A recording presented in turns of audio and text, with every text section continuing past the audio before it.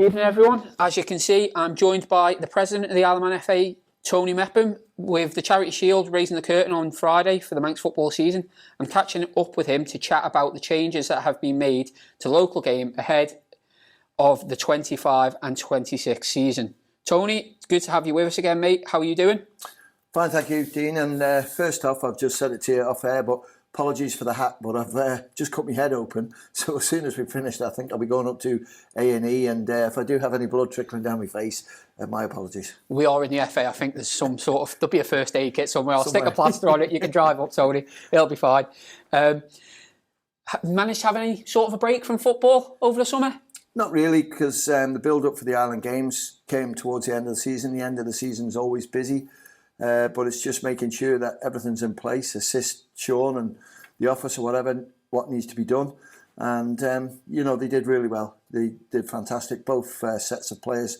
The new management teams in both of them were pretty impressive, to be honest with you. And no sort of complaints at all from the FA. And now we've got to try and find the men competition to play in, which we're working on now. We would like a sponsor. We're looking for a sponsor for the senior men. So anybody out there who would like to speak to us, by all means ring the office or ring myself, and we can guide them, because I think there's a golden opportunity there to sponsor the senior men's team with Chris Bass, hopefully as a retaining manager. And then we've got Wayne Leasey at the women's, and our big thank you to the Isle of Man Steam Packet for sponsoring the women's team, and that's a 3-year deal. So pressure off, but pressure on Wayne, because they've got the Cherry Godfrey Cup next year in Guernsey to play and defend against. So it's busy times for them, but the men, we need to find them something. Yeah, so good to hear. So we'll get straight into it. We know there's been a few changes made over the summer, but the big one seems to be around transfers this year. You've been able to transfer up to a certain date, and it's been very late on, hasn't it, previous seasons. Can you explain what's changed there and how that come about? Yeah, the transfer season changed about 2 or 3 years ago to the 31st of December. I never liked that, Dean, because I have to be fair here and open, is the players have too much opportunity to move. Now, my view is at the start of the season, you have a chance.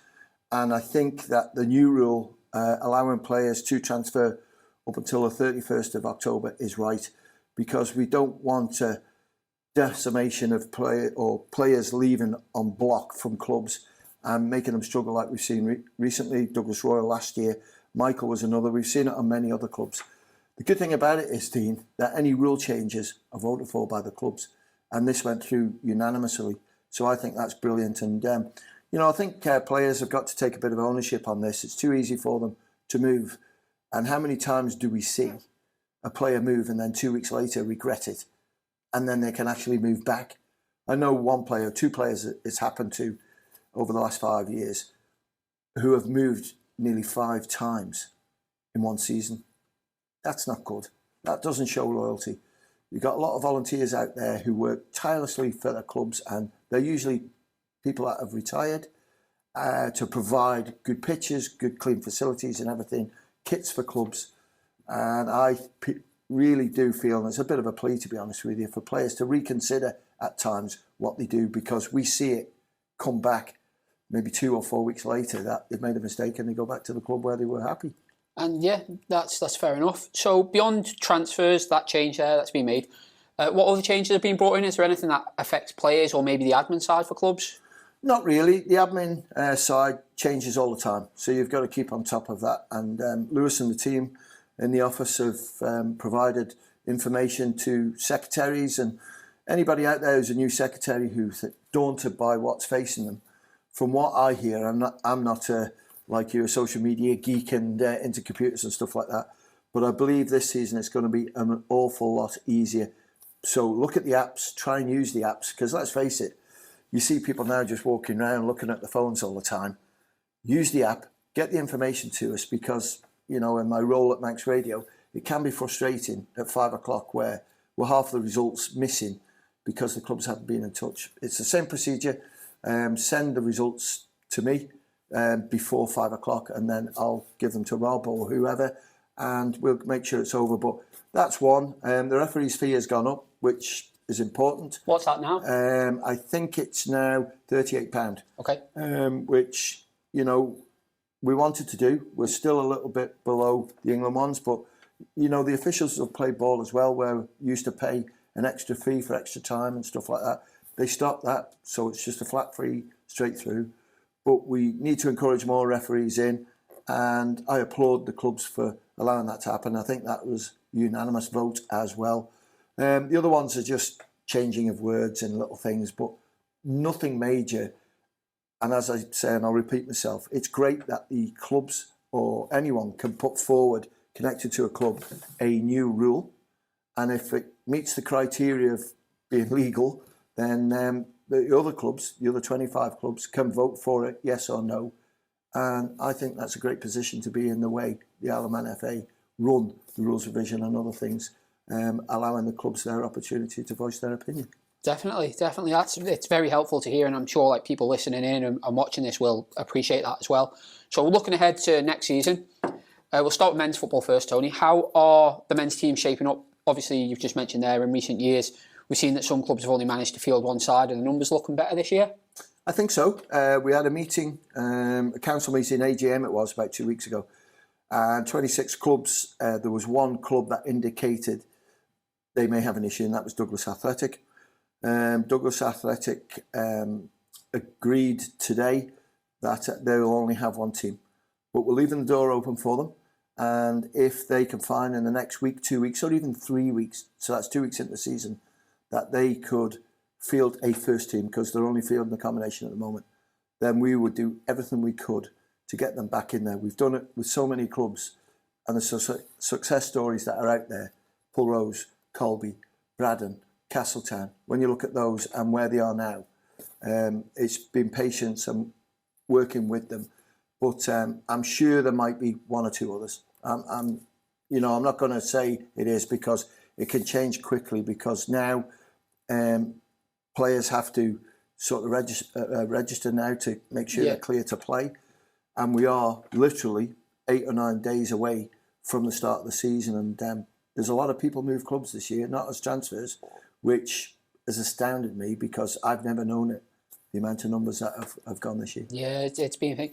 The one question I get asked a lot, and people come to me about a lot, is this team, you know, when they've got one club, why are they only allowed why is it you go down the route of a combination side? I know you must get asked it a million times as well. Yeah.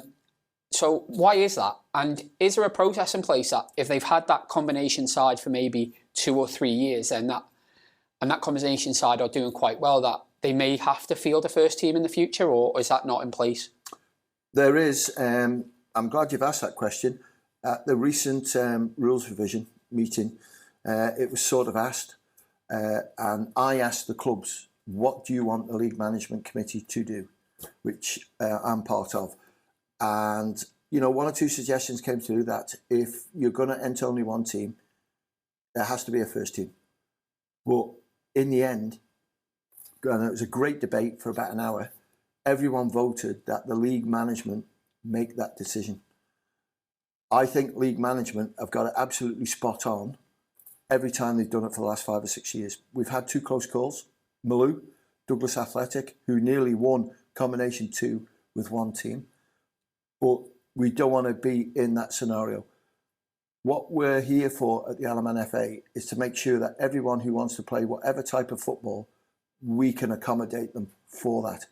If we can help a club survive, then we will do everything to make that happen. If it means playing a combination team only, then we go for a combination team only. But when you look at Pulrose, I've got high hopes for them to finish, you know, up the top of Division 2 this year. They've only had one team for the last 2-3 seasons, so whatever, credit to them and all the hard work that they've done. But it can be tough for some clubs, but hopefully we know one club's only going to have one team, but the other 25 clubs will have 2 teams. And that's, as I say, that's just a question I get asked a lot when I'm out and about, and I know you get it, and anyone involved in Manx football really that does any. It's a big question that always comes up, so I'm glad you've answered that, Tony. It's really appreciated, actually. I'll move on. What about the women's game? You know, no secret, and everyone knows it's had its struggles in the past few seasons. How's preparations for that going this time around? going really well. Spoke to Jamie Lee Ferns, who's the Women's Development Officer today. Worked closely with Jamie. Jamie's doing all the work behind the scenes, but if she wants a springboard to come off, she knows I'm there. I drafted the fixtures, sent it to Jamie. Jamie was happy with it. So the format this year is we've got 2 extra women's teams, which is absolutely outstanding. And who are they from? Well done. Russian, which we knew were coming in. Yeah. And well done to the hard-working team at Union Mills who've got a team in as well. So we've got 7 teams, but then that brings its own problems because now we've got more fixtures. We've got more venues to find for the Floodlit Cup.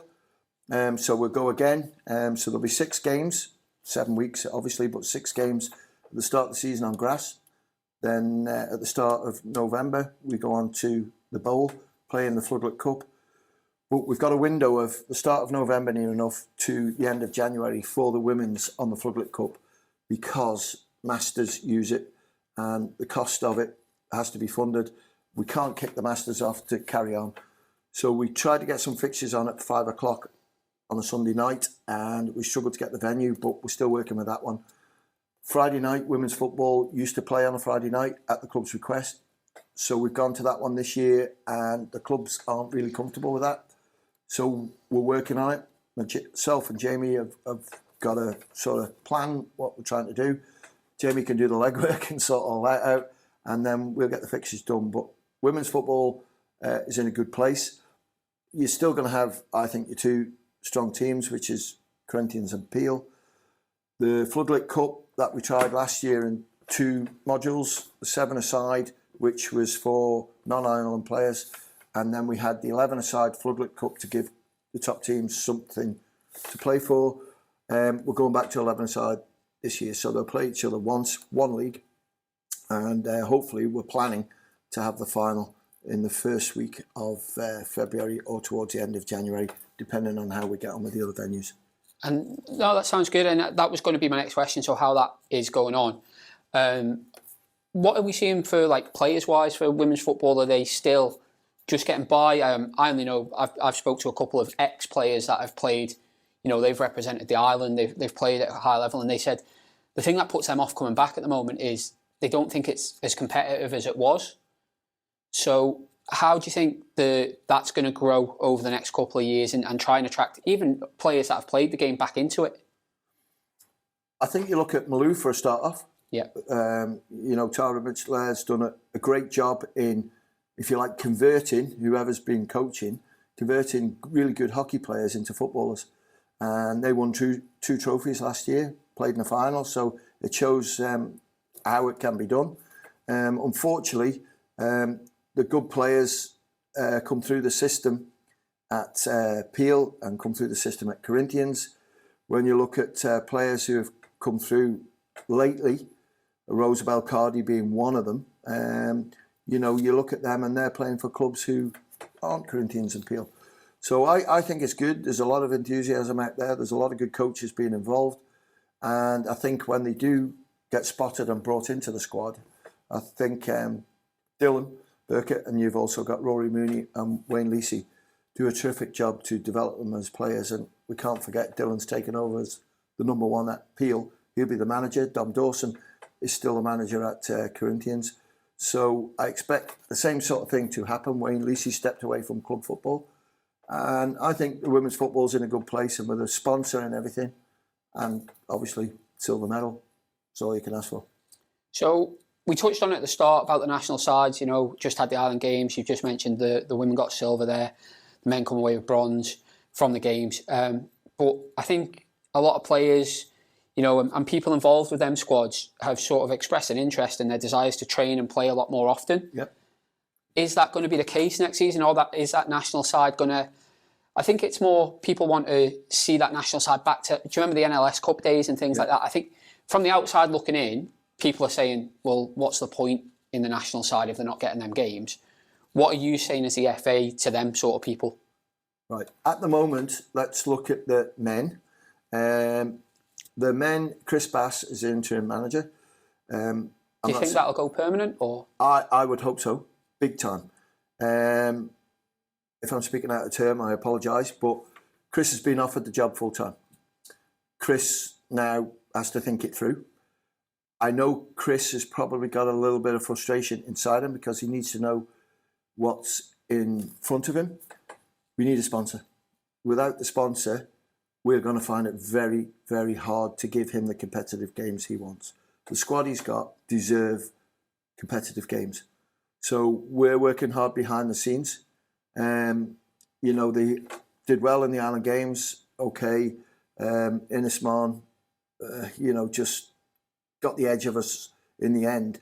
But I think the squad, the players and everything have been outstanding, their commitment. Rick has been absolutely brilliant. And you've also got Matthew Woods in there as well. So it's in a great place for us. I hope Chris takes the job. If Chris is feeling that I need to see the fixtures in front of me, then we're happy to find the fixtures. But if we need 20,000, I'm not saying that's what we're looking for a sponsor, 20,000 to achieve that, then it's not going to happen. But I know behind the scenes, we will do everything we can to get the money to enable us to have the fixtures that we want for Chris to achieve what he wants to achieve. And he deserves it after what he did in the Island Games in Orkney, where he became the most capped Island player. What a brilliant achievement that was for him. And I think it's I don't think it's just what Chris needs. I think it's what the FA need in a sense as well. I think if people want to aspire to go and play for that national side, I know we've got FC Alaman, that's a separate team, and they can go and play for that at a club level. But if they want to have that privilege of representing the island and get a national cap as such, I know you don't get actual caps these days, but I think that's needed, and I agree. Money's hard to find in football. Money's the hardest thing to find in football at the moment, especially current climate and stuff like that. So I agree with that. And then you mentioned about the women as well. The Cherry Godfrey Cup. That's obviously a sponsor that's come in to sponsor a sort of. It's a tri-competition, isn't it? It's between the islands. What's that going to be looking like? So the women's team have entered that for next year already. Is that confirmed? Yes. So they're in. Well, when I say confirmed, we will be going. Yeah. We haven't confirmed it yet because I'm sure that sort of work will come up. But our priority has always been is to enter these competitions. We've just had an Island Games year. Yes, the players contributed, say £1,000 each. But the FA, I'm not speaking out of term here, it's cost us to get the players there £25,000. That's a big hit. That's without everything else, Dean. So we're probably up to a £30,000 bracket. We can't keep doing that. So unfortunately, until we find a sponsor, and I'm not pleading, but I'm saying to anybody out there, if you would like to be involved with the senior men's side with Chris Bass as manager, because I'm sure Chris will take the job. I think Chris just wants assurances that we are moving forward. We are moving forward, but we need some finance to help us. Yeah. No, that's good. That's good, Tony, and appreciate that. So we're coming towards the end of the interview, but I can't let you go without asking about Friday's Charity Shield. Peel versus Ayr down here at the Bowl, 7 o'clock kickoff. Peel obviously added a couple of new pacey wingers in Lee Gale and Jason Chalmer to their squad. Yeah. I believe it's a rumour, I don't know how true it is yet, but they might have actually lost a couple of players in their attack as well. To elsewhere in the middle of the island. I don't know how true that is yet, but I'm waiting for confirmation so someone can get that on Saturday when I do my rumours.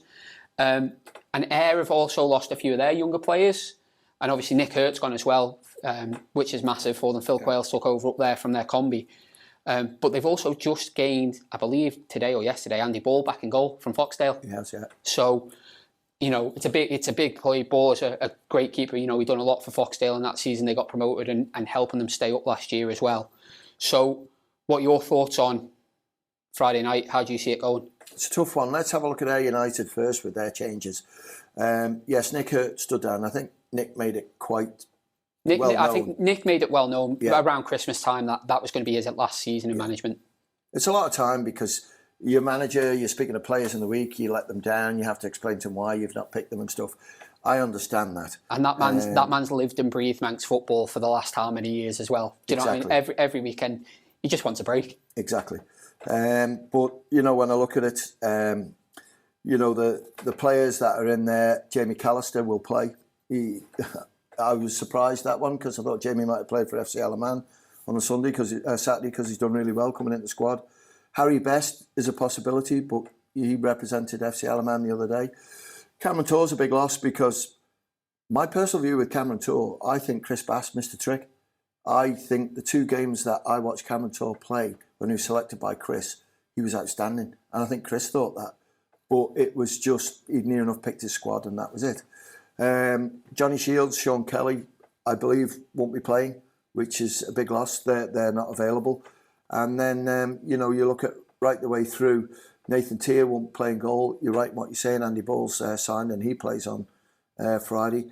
So, yeah, it weakens them a little bit. Nick Hurt could always step in and do a job, but even at his ripe old age and the bones, he could still hold it together. So, whether Hurty might register, he could still come in. As for Peel, I take it the reference saying that a player is probably going to leave, Rhys Oates. Yeah. Rhys has told me he's going. I've been told he's going, and a other striker from there. Yeah. Well, he's going as well. Yeah. But we'll leave it at that one. I take it we're talking Paul Whitehead maybe. Yeah, I've heard that one. But then when you look in, I believe Jason Chalmer won't play because obviously Jason's coming back to full fitness. Lee Gale will play. The big situation for me at Peel is the defence. And I don't know if Sam Kenyock is fit again. I haven't spoken to anyone from Peel. But when you look at the team right through, Thomas Brown's incredible. What an improvement from him last year, and he'll continue. So, Peel will start off as favourites. I think I heard a rumour Jack Murray from Uni Mills was going to sign. Possibly, I've heard that one as well. Yeah, I've heard that this week. Someone sent me it. Problem is now it's not a transfer, so you don't get to find things out. But, right the way through Peel's team, they've got some really good young players. Ellis Dunn will probably be in there. And when you look at, Lee Gale on that right-hand side, and then Thomas going through the middle, it'll be great. Rhys Oates is a loss, but we all know that Rhys is an incredible player, but he's had 2 big operations, and it's up to him. But when I spoke to him last, and Rhys won't mind me saying it, I think Rhys's mind was made up because what he'd have to commit to Peel and what he might have to commit at another club would probably be different, which might help his injury, and that's the main thing, is his health. Yeah, and that's understandable. So we're saying Peel going in favourites, but we're not going to go into score predictions, Tony. I won't put you on the spot. You can do that on Manx Radio. I'll phone Rob in the week. I'll phone Rob tomorrow. Make sure he can do it for you. I'll tell him. It's fine. So coming to the end of it, is there anything else you'd like to say to the Manx footballing community before the season begins? Well, a new season starts. Where's our problem areas is definitely officials. We are struggling this year big time. Our courses, there's 3 courses being on, but we haven't had enough officials out because I think the problem is we're looking for too many because, some have retired, some are injured, there's always some not available. So, Liam Thomas, hopefully, as RDO, Referees Development Officer, will be able to find people, but it's been a real struggle, that area. So we're hoping that people might sort of change their mind. Right the way through the football, my big one is obviously remember the new rule of approaching the referee. It's only captains now. The referee will warn you and ask you to move away. If you don't, then you're going. And that's a good thing. And I think every player has got to take on board, men and women. Without officials, we don't have a game of football. So show them a bit of respect. If we have new referees coming in, it's like anything, learning a job, driving a car. You've got to learn how to do it. And it's the same for officials, is give them some confidence, respect them, but by all means, you still have the opportunity when you put your report in about the official and your scores to just pass a comment about the referee that you think he might need a little bit of advice on this and that, whatever. And there's enough of the team there and Liam and everyone else to put them right way. But just in general, also show a little bit of loyalty to your club. Because, as I say, I'm absolutely gobsmacked this year. How many players, and I mean blocks of players, have left a club to go somewhere else, and where a group of players have left their club to go to the club that have just lost a block of players. I don't really get it. It's a merry-go-round, isn't it, this year? When you look at it, team-wise, obviously Corinthians have strengthened. with Ireland players coming back in and FC Isle of Man players. Peel have strengthened, St Mary's have strengthened, and then you've got to look at other teams around there, which are Laxey, Ramsey. I think it's going to be a little bit tough for Ayr, but if Ayr gain some players, which they can at any time, they might just be back on track. But let's face it, they've had a great run. They've got plenty of experience there, and we'll wait and see the Charity Shield, and then on the 30th, and we've got another quick midweek game to throw in on that one. Hopefully it's going to be a great start, but you know, if everyone pulls their weight and we all pull the same way, then football's in a good place.